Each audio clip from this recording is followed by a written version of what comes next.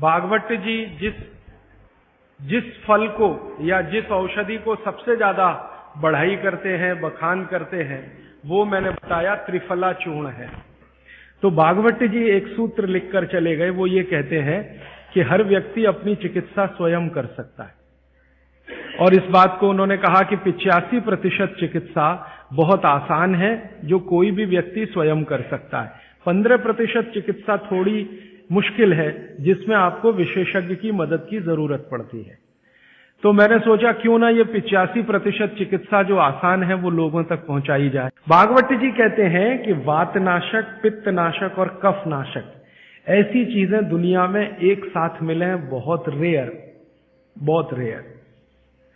वो कहते हैं कि बहुत चीजें दुनिया में हैं, कोई वात का नाश करेगा, कोई पित्त का, कोई कफ का, लेकिन कोई ऐसी चीजें भी अपने रसोई में है जो तीनों को नाश कर सकते हैं। उनमें से नंबर 1 है आंवला। आंवला।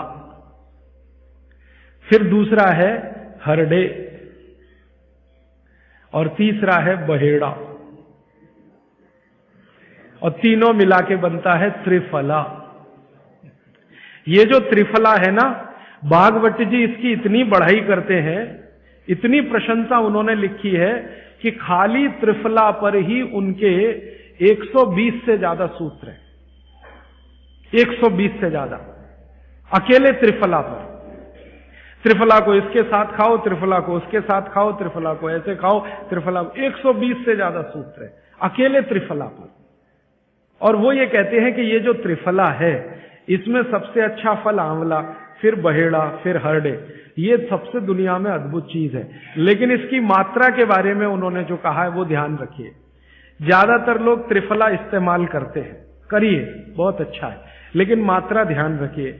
हम क्या करते हैं कि हर, बहेड़ा, आंवला तीनों बराबर मात्रा में मिला के त्रिफला बनाते हैं। वो कहते हैं कि ये उतना उपयोगी नहीं है, और हमने करके भी देखा।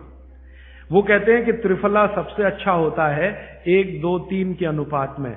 पहला है हरडे 1 अनुपात, दूसरा है बहेड़ा 2 अनुपात, और तीसरा है आंवला 3 अनुपात। अब इसको मात्रा में कहूं, अगर त्रिफला बनाना है तो हरडे लेना 100 ग्राम, बहेड़ा लेना 200 ग्राम और आंवला लेना 300 ग्राम।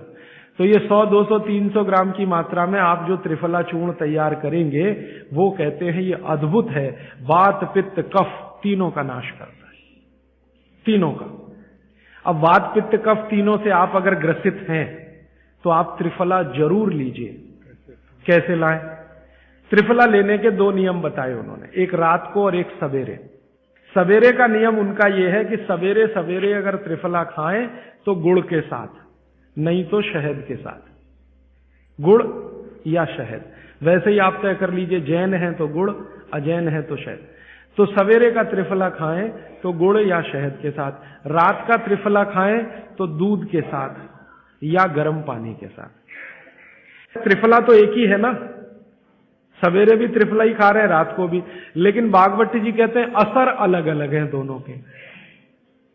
रात को जो आप त्रिफला खाएंगे दूध के साथ या गर्म पानी के साथ, तो ये त्रिफला रेचक है। रेचक शब्द उन्होंने इस्तेमाल, रेचक माने पेट को साफ करने वाला, बड़ी आंत की सफाई करने वाला, शरीर के सब अंगों की सफाई करने वाला, झाड़ू लगाने वाला जो व्यक्ति, वो रेचक। तो कहते हैं रात को अगर त्रिफला आप ले रहे हैं दूध के साथ या गर्म पानी के साथ, तो ये रेचक है, माने ये एक ही काम सबसे ज्यादा करेगा कि आपकी कब्जियत मिटा देगा। कितनी भी पुरानी कब्जियत है मिटा देगा, 40 साल पुरानी भी मिटा देगा रात को। और जो दिन को त्रिफला खाया सवेरे गुड़ के साथ, तो वो कहते हैं ये पोषक है।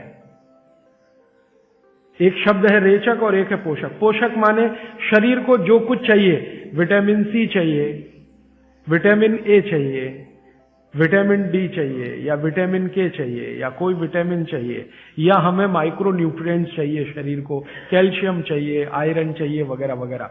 तो शरीर को अगर पोषकता चाहिए तो त्रिफला सवेरे खाना, और शरीर में आप मानते हैं कि हमारी कब्जियत ठीक करने के लिए तो त्रिफला रात को खाना। दोनों समय के त्रिफले में बिल्कुल अलग तरह के परिणाम आते हैं। तो जो कहें हम तो स्वस्थ हैं जी, तो सवेरे ही त्रिफला खाओ, स्वस्थ हैं तो। और जो कुछ बीमारियां हैं आपको, तो रात को खाओ। ठीक है?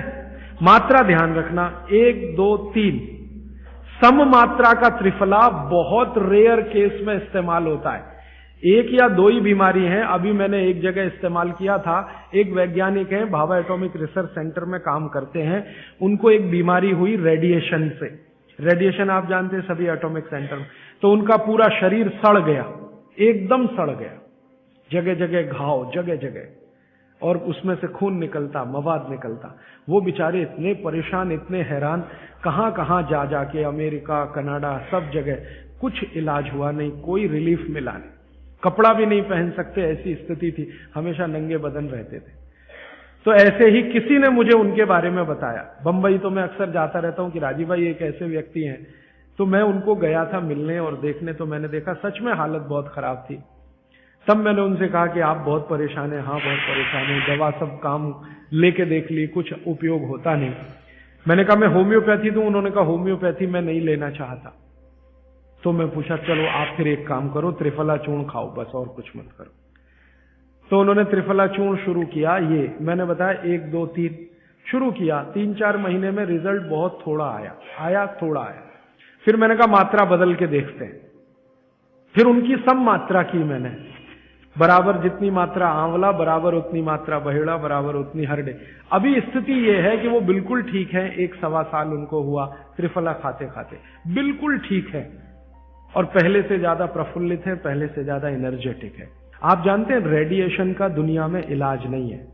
ये उदाहरण मैंने जानबूझ के दिया, ऐसे सैकड़ों उदाहरण है मेरे पास। रेडिएशन का दुनिया में इलाज नहीं है, लेकिन त्रिफला चूर्ण के पास उसका इलाज है। अगर यही त्रिफला चूर्ण अमेरिका में हुआ होता ना, यूरोप में हुआ होता, तो अब तक इस पर पेटेंट लेकर करोड़ों डॉलर कमाए होते उन्होंने। ये हमारे यहां प्रचंड मात्रा में है, हर घर में है, हर गांव में है, इसलिए हमें इसकी कीमत नहीं मालूम। मैं आपसे फिर कह रहा हूं, आपके सोचने का नजरिया बदल दीजिए। प्रकृति ने जो चीजें प्रचंड मात्रा में हमको दी हैं, वो उतनी ही कीमती हैं। वो प्रकृति की हमारे ऊपर कृपा है, जो हमारी जरूरत के हिसाब से दी है। आंवले का इतना उत्पादन इस देश में होता है, आप जानते हैं। बहेड़ा इतना मिलता है, हरडे इतना मिलता है, और लगभग फोकट की स्थिति में मिलता है। अब पता नहीं कौन कौन लोग उसी आंवले को 200-250 रुपए किलो च्यवनप्राश बना के बेच लेते। ये जो च्यवनप्राश है ना, ये त्रिफला चूर्ण से कई गुना नीचा है। च्यवनप्राश पे जितना खर्चा कर रहे हैं, उससे बहुत कम खर्चे में आप त्रिफला खाइए, च्यवनप्राश से भी ज्यादा असर है। तो मेरी आपको आज के लिए ये आखिरी सूत्र थी कि आप अपने जीवन में वात, पित्त, कफ तीनों को सम रखना चाहते हैं, तो आंवला, हरडे, बहेड़ा, हरडे, बहेड़ा, आंवला, इन तीनों का उपयोग करना सीख लीजिए। घर में हमेशा इसको डब्बे में बना के पाउडर के रूप में रख लीजिए। अब आप कहेंगे इन तीनों को एक साथ खाएं, आप अकेला आंवला भी खा सकते हैं। आंवला तीनों दोष दूर करता है, वात, पित्त, कफ। हरडे तीनों दोष दूर करता है, वात, पित्त, कफ। और बहेड़ा तीनों दोष दूर करता है, वात, पित्त, कफ। इसलिए भागवत जी कहते हैं सर्वोत्तम फल यही है, आंवला, हरडे, बहेड़ा। दूसरे फलों से कई गुने ज्यादा ताकतवर यही फल है, आंवला, हरडे, बहेड़ा। अब आपको आखिरी एक छोटी सी बात कह दूं कि आप में से किसी को भी ये तकलीफ है कि आपके शरीर में मेद बढ़ा हुआ है, मेद माने मांस बढ़ा हुआ है, बहुत लोग परेशान है, मोटापा, मेद माने कफ बढ़ा हुआ है, सीधी सी बात, तो आप त्रिफला खाइए। कब खाना है? आपको रात को नहीं खाना है, सवेरे खाना है। जिनको भी मांस बढ़ा है, शरीर पर मेद बढ़ा है, उनको अगर छाटना है, इसको कम करना है, तो त्रिफला सवेरे खाना, आंवला सवेरे खाना। आप त्रिफला नहीं खा सकते तो आंवला ही खा लीजिए। 4 आंवले, 3 आंवले रोज खा लीजिए। आंवले को मुरब्बा बना के खा लीजिए, मुरब्बा को और आंवले का अचार बना के खा लीजिए, आंवले की चटनी बना के खा लीजिए, जैसे भी है आंवला खा लीजिए। 3 से 4 आंवला जितना होता है, ये पेट में जाते रहे तो साल भर में आप देखोगे आप पहले से ज्यादा स्लिम और ट्रिम हो जाएंगे। और आंवले के बारे में आज के जो वैज्ञानिक कह रहे हैं, आज के, वो कहते हैं कि दुनिया का सबसे अच्छा एंटीऑक्सीडेंटल फल कोई है तो वो यही है। एंटीऑक्सीडेंट माने जो ऑक्सीडेशन की क्रिया को कम करे, और शरीर में हमेशा ऑक्सीडेशन चलता है। ऑक्सीडेशन में उम्र कम होती है, शरीर के हर अंग का क्षय होता है। तो अगर उम्र बढ़ानी है और अंगों का क्षय बचाना है तो आंवले से अच्छी कोई चीज नहीं। दैनिक जीवन में भोजन में इसको जरूर धारण करिए। भागवत जी कहते हैं कि जब त्रिफला खाएं, आंवले के बारे में तो वो कुछ नहीं कहते, वो कहते हैं साल भर खाओ, 2 साल खाओ, रोज खाओ, कोई दिक्कत नहीं। त्रिफला खाएं तो 3 महीने लगातार खाने के बाद थोड़े दिन छोड़ देना। 3 महीने 90 दिन खा के थोड़े दिन छोड़ देना, माने 15-20 दिन छोड़ देना, फिर अगले 3 महीने खा लेना, फिर 15-20 दिन छोड़ देना, फिर 3 महीने खा लेना। क्यों कर लेना ऐसा? वो कहते हैं कि ये छोड़ना जरूरी है बीच में, नहीं तो शरीर को आदत लग जाती है, और वो आपने अगर छोड़ा नहीं तो आपको कुछ दुष्परिणाम भी दे सकता है।